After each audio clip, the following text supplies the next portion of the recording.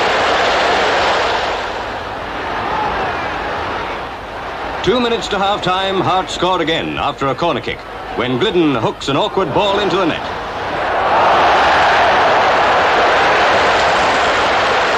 Half-time, Hearts 2, Queen of the South 0. With the defence split, Conn gets an easy chance, and Hearts win the game by 3 goals to 1. Starting in the 50s, or the late 40s, that the Conn, Bauld and Wardhaugh came along. They were household names then, you know, and they just attracted the crowd to Tynecastle, and it's from then onwards in the 50s and early 60s. I mean, I can mind playing for the reserves one year, and there was 15,000 at that game. Finally, Hearts brought home a major trophy, beating Motherwell 4-2 in the Scottish League Cup final. And, as if to set the seal, King Willie Bauld once again scored a hat-trick. It's difficult to remember my father playing, because I was, 6 or 7 years of age when he stopped playing. But it was a happy time. A lot of good memories, met a lot of nice people. There was always a big buzz in the house with a lot of football players and different people in the press and whatever. But at that time I really didn't see a lot of the football. It was not until later on that they appreciated exactly what had gone in the past. But it was good. By now, Bauld had become as famous as Tommy Walker as a player.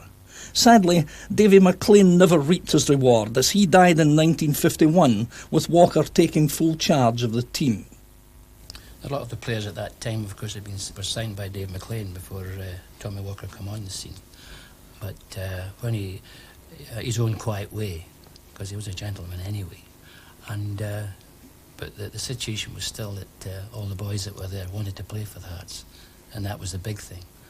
That and he just, as he always used to say, dotted I's and stroked T's. That was what he just always come out. Then on the 21st of April 1956 came one of Hearts' greatest moments. In front of 133,000 people, they met Celtic in the Scottish Cup final. The Celtic attacking before the Hearts goalmouth. The defenders get the ball away, but Celtic are soon pressing again. Hearts' right half, Dave Mackay, fails to stop them. So does right back Kirk. But Kirk chases after the ball and manages to deflect it over the line. Now a Hearts attack. Alfie Conn loses it. Jimmy Wardhaugh gets it away. He's impeded, but Mackay comes to the rescue. Alfie Conn races to beat the Celtic defence. He gets through, passes to Ian Crawford, and Crawford slams it home. Second half, with Hearts battling to increase their 1-0 lead.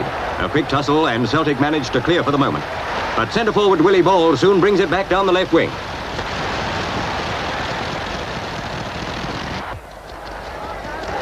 Bauld centres. Young and Fallon jump, but Crawford's there, and it's another goal for Hearts.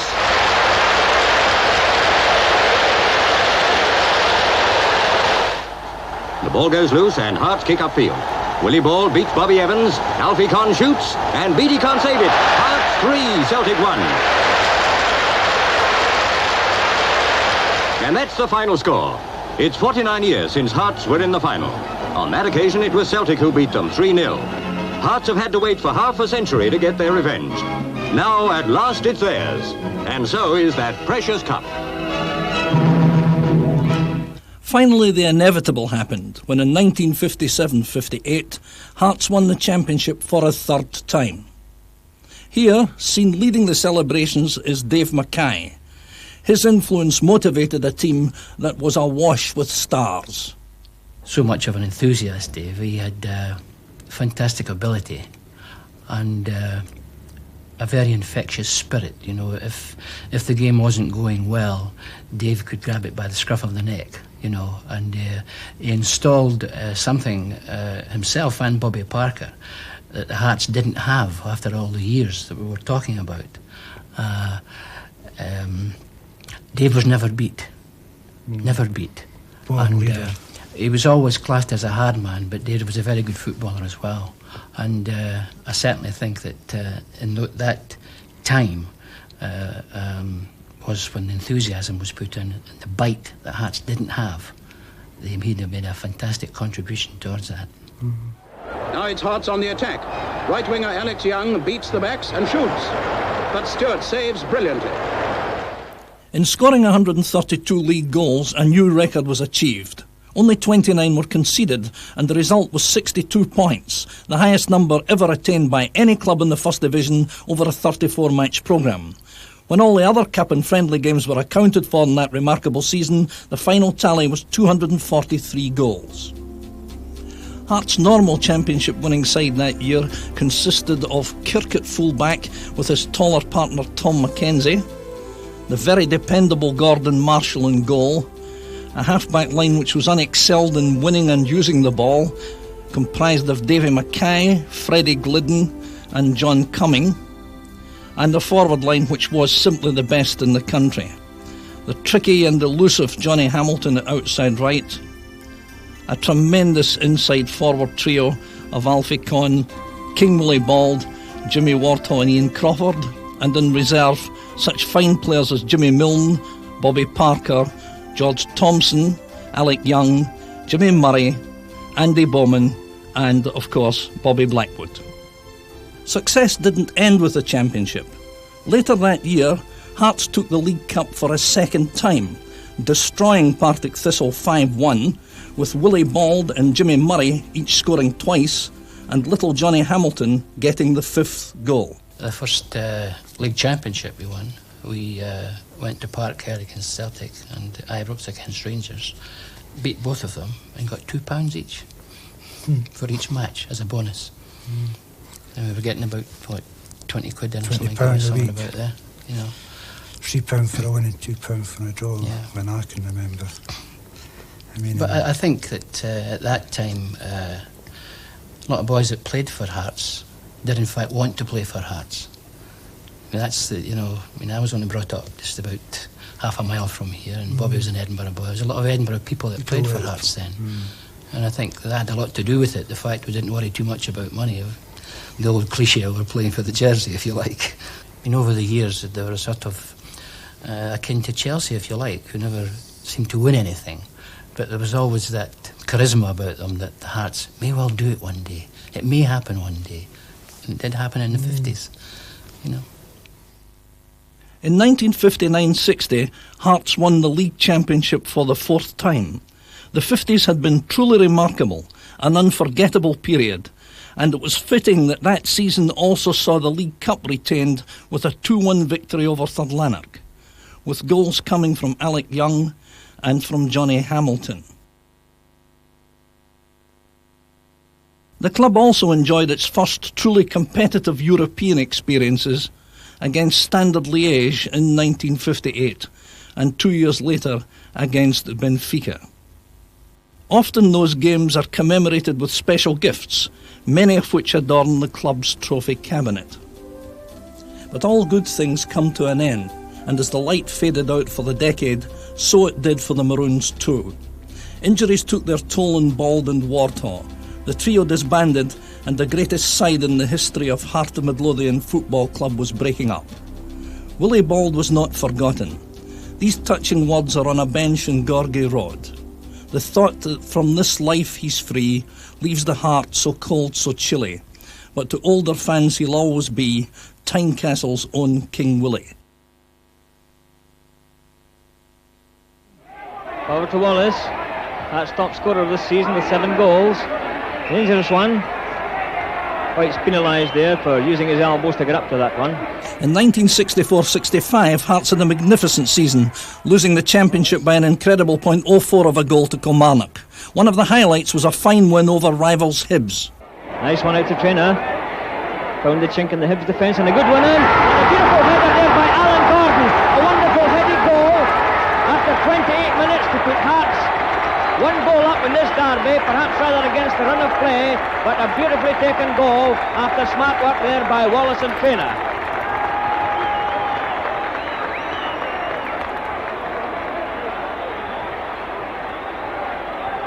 Well, that's really set the cat among the pigeons here. Hibs were rather doing more of the attacking, but that beautifully headed goal by young Gordon, who's studying economics at Edinburgh University, may very well inspire Hearts, who, as I say, haven't lost a game here since 1952. And gaining in confidence all the time as a result of that very nicely headed goal by Gordon. Trainer, right-footed, and Gordon again, completely in the clear, unmarked, just too far ahead and cut off there by McNamee. The Trainer's picked it up, moving dangerously on the Hibs goal again. And just fails to get his crossover, but now Gordon's taken the block. Very neat play, and it's into Wallace inside the penalty area, and it's the second goal. Billy Wallace there, from inside the penalty area, right-footed, shot Hearts into a 2-0 lead after 31 minutes, and that makes it 8 goals this season for Willie Wallace.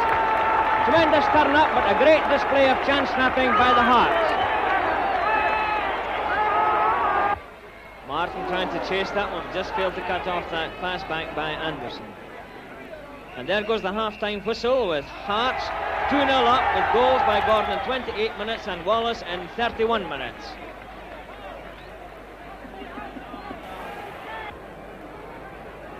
Another left-footed one from Johnny Hamilton, swinging in, pushed out, and the goal there, pushed out by Billy Wilson to Alan Gordon, and the young inside left, right-footed, shot the ball cleanly into the net. Not a very good clearance there, I'm afraid, by Billy Wilson, but the chance snapped up very well and very smartly by Alan Gordon after 19 minutes of the second half. Here's Eric Stevenson, put it away by Poland.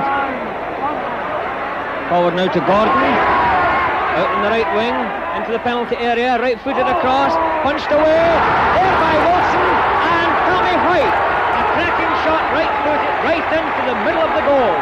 And now Hearts go 4-2 ahead in this rollicking derby game here in the rain at Easter Road. A good move there by Wallace, he's coming through in his own, 25 yards out, and a low shot there, turned away for a corner by Wilson.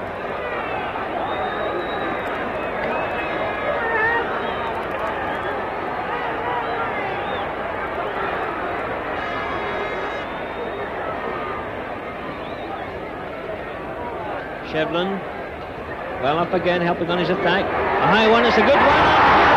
Onto the head there of Tommy Trainer, unmarked on the post, and with only 2 minutes left for play, Tommy Trainer has scored the 5th goal for Hearts, and it's now Hearts 5, Hibs 2.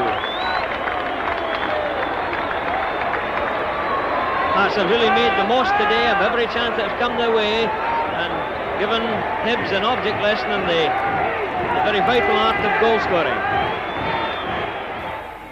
In 1966-67, manager Tommy Walker finally parted company with the club, and Willie Wallace was transferred to Celtic.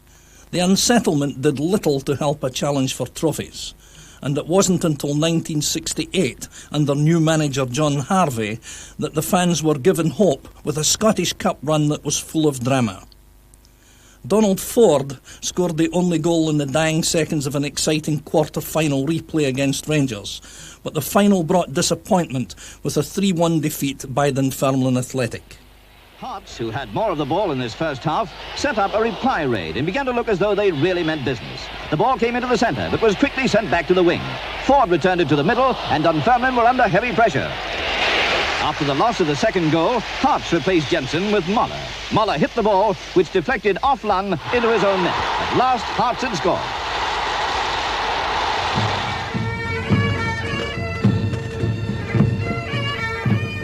In 1974, Hearts proudly celebrated the centenary of their club's foundation. Ex-Hearts players Willie White, John Hanlon, Walter Scott and John Lowe.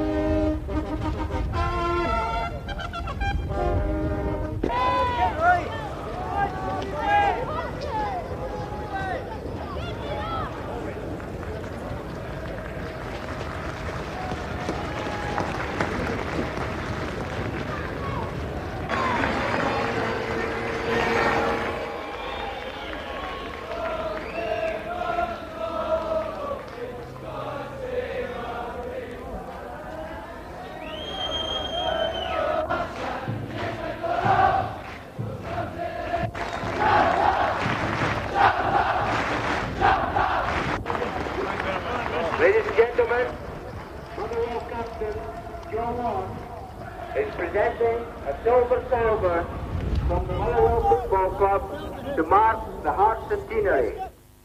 And this same silver salver, presented by Motherwell Football Club, proudly stands as a tribute to the achievements of the past. Hearts were runners-up in the 1976 Scottish Cup final, but then disaster struck. For the first time in the history of the club, Hearts were relegated from top-class football. In 1978, they secured promotion to the Premier Division, but success was short-lived. The team once again suffering relegation and the sale of their star player, Eamon Bannon.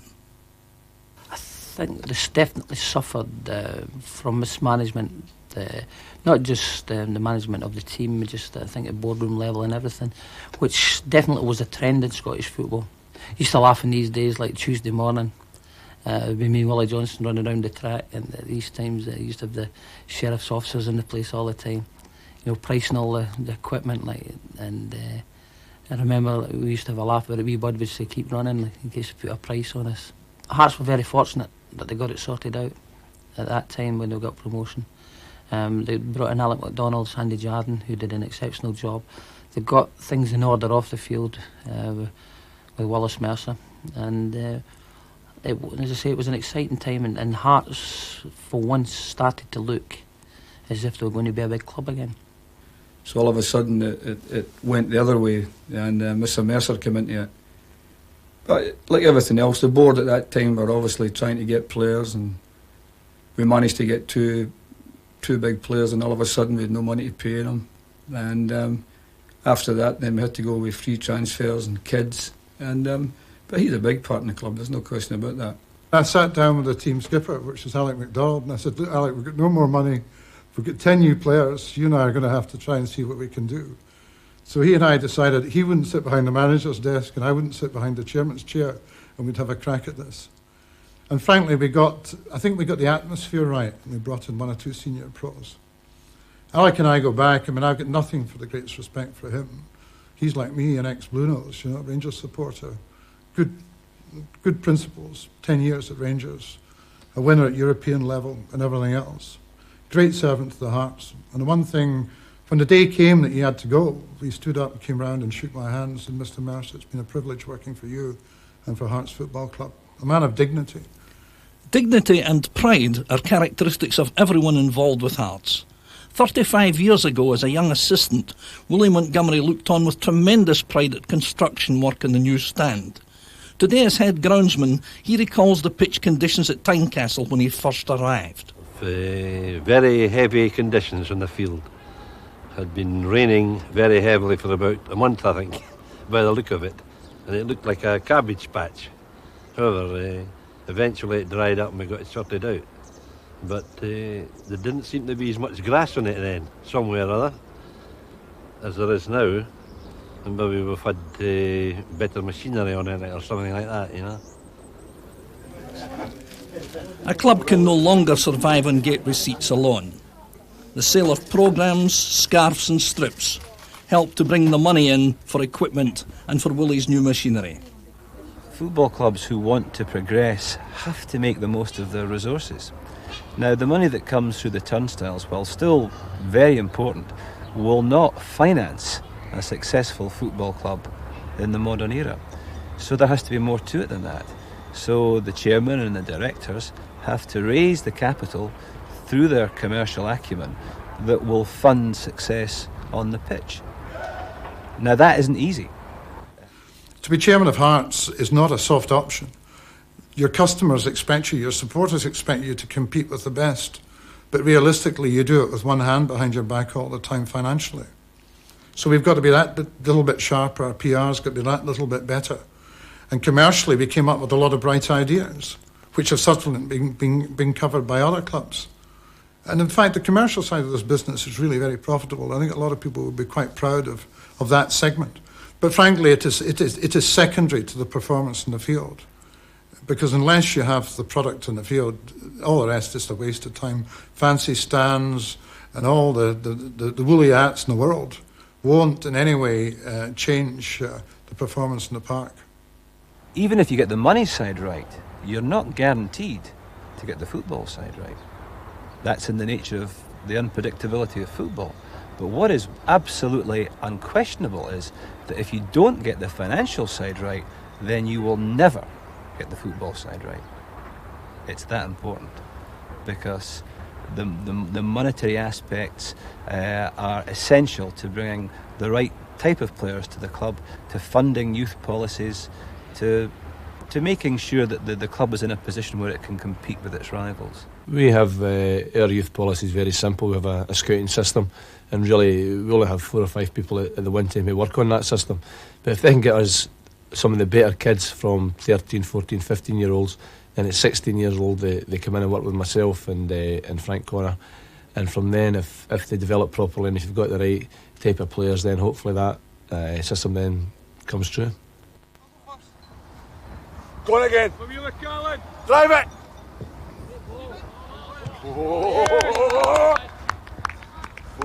I've got quite a good man management. I can get on with people very well. Most people of the different facets in football, you know, with the top guys, the young boys, the in-between boys, the reserves. And over about 20 years I've been in this side of the game.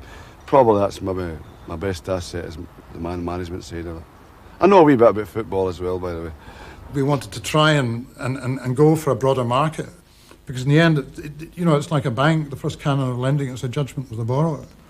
And Joe obviously thought this was a career move. I said to Joe, I remember taking him back to Heathrow, I said, what's your ultimate ambition in the game? He said, Wallace, it's to be manager of Manchester United. And I said, well, that's great. Because I said, if you want to do that, the only decision you've got to make on the way back to Bristol, apart from the money, is whether that ambition can be better calculated by coming to Hearts. Heart of Midlothian has had 17 managers since the beginning of the century. The decision to join was not an easy one. Yeah, it was a very difficult decision, because I had started something at Bristol City, and it was a good club, and I had built a team there, and there was a lot of hours went into it. But I had the opportunity to come here, to come to the Hearts, a team that I remember from my youth, who I thought had potential. So after a lot of discussions with my wife and whatnot, I took the decision to come here, and we're doing reasonably well in the league. But we're all striving to get better things, and the supporter, whatever team he supports, he wants to see his team winning and entertaining. All I can say is that's what we're trying to do. We're doing our utmost. There are circumstances that are thrown in front of you, there are injuries, suspensions and whatnot, but all teams face these factors. You're just trying to get a settled team and to get the best out of that team as you possibly can. One of the great stalwarts of the Jam Tarts in the 80s and 90s has been goalkeeper Henry Smith.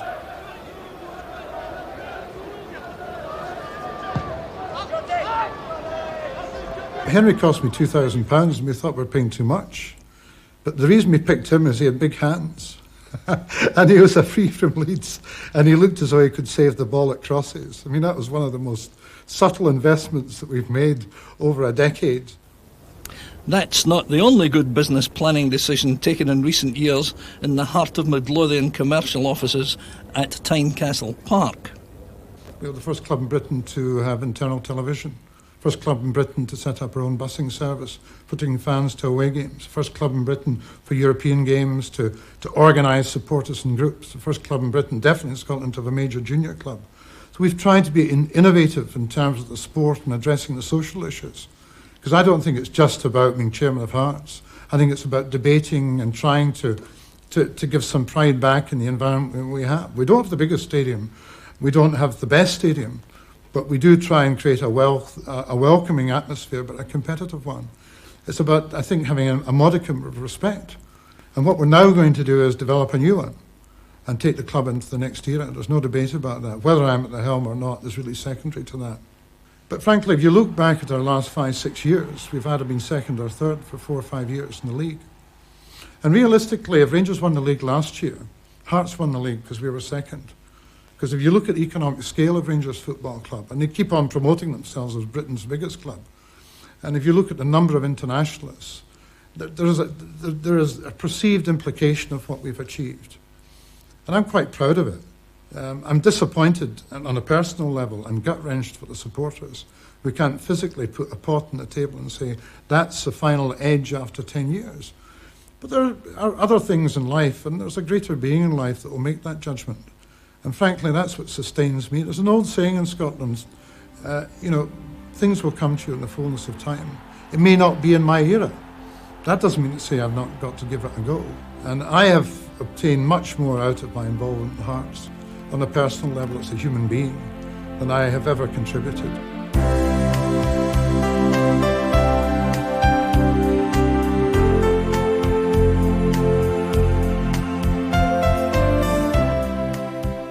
To me, there's only one team in Edinburgh, and that's the Heart of Midlothian. It's my life, they're my life. What I've worked for all the time. The best club to play for in Scotland. A good spirit, strong spirit, and a belief in the club.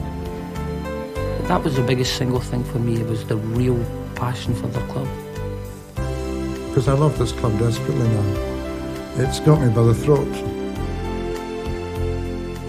been for a lot of happy times. A lot of heartache, but a lot of happy times. Oh, for me, it's a way of life. Simple as that.